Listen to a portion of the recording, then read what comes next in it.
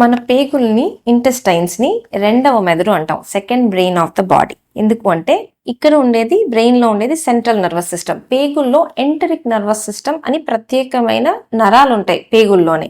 ఇవి ఎట్లా పనిచేస్తాయి అంటే మన బ్రెయిన్ కి కొన్ని సిగ్నల్స్ ఇవ్వటానికి, మన మూడు హ్యాపీగా ఉన్నామా, సాడ్ గా ఉన్నామా, ఆకలి ఎక్కువగా ఉందా, తక్కువగా ఉందా, తెలివితేటలు చురుకుదనం ఎట్లా ఉంది, మన రోగ నిరోధక శక్తి ఎట్లా ఉంది, మన పేగుల కదలికలు ఎట్లా ఉన్నాయి, ఇవన్నీ కూడా ఈ నర్వస్ సిస్టమ్, పేగుల్లో ఉండే నర్వస్ సిస్టమ్ చేతుల్లో కూడా ఉంటాయి. ఇది ఎట్లా సాధ్యపడుతుంది అంటే మన పేగులలో కోట్ల బ్యాక్టీరియా ఉంటాయి, అంటే క్రిములు ఉంటాయి. ఈ క్రిములు ఎక్కడి నుంచి వస్తాయి అంటే మనం తల్లి గర్భంలోంచి బయటికి వచ్చినప్పటి నుంచి మదర్ నుంచి మనకి కొన్ని బ్యాక్టీరియా వస్తాయి, మన చుట్టూ ఉండే పరిసరాల నుంచి వస్తాయి, దాంతో పాటు మనం తినే తిండిలో కూడా బ్యాక్టీరియా అనేది వస్తాయి. సో ఇవి క్రిములైనా కూడా వీటిలో మంచి రకంవి ఉంటాయి, చెడ్డ రకంవి ఉంటాయి. మంచి రకం క్రిములు ఎక్కువగా ఉండేటట్టు చూసుకోవాలి, చెడు రకం తక్కువ ఉండేటట్టు చూసుకోవాలి. ఇవి మనం ఎట్లా చేయగలము అంటే రెండు రకాల పద్ధతులు ఉన్నాయి. మనం తీసుకునే ఫుడ్లో మంచి బ్యాక్టీరియా ఎక్కువ ఉండేటట్టు చూసుకోవాలి.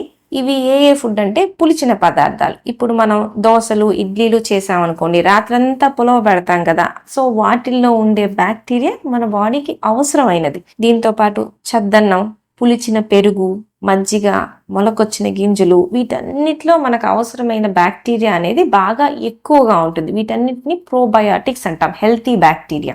అట్లాగే ఫుడ్లో మనకి ఈ బ్యాక్టీరియాకి అవసరమైన ఆహారం ఉండిద్ది, మనం తీసుకోవాల్సింది. ఇవేంటి అంటే పీచు పదార్థాలు, ఫైబర్ ఎక్కువగా ఉండే ఫుడ్ మనం తీసుకోవాలి. ఫైబర్ అనేది మనకి ఎనర్జీ కోసం పనికిరాదు, ప్రోటీన్స్ కోసం పనికిరాదు, కాకపోతే ఇది ఎరువు లాంటిది ఈ బ్యాక్టీరియా పెరగటానికి. సో పీచు పదార్థాలు వేటి నుంచి వస్తాయి?